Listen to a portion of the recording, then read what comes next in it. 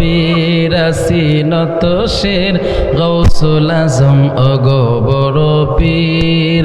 গোলামে দরবারে খাড়া গোলামে দরবারে খাড়া হইয়া যে মুসাফির আসিনত শের গৌসুল আজম ওগো বড় পীর আসিনত শের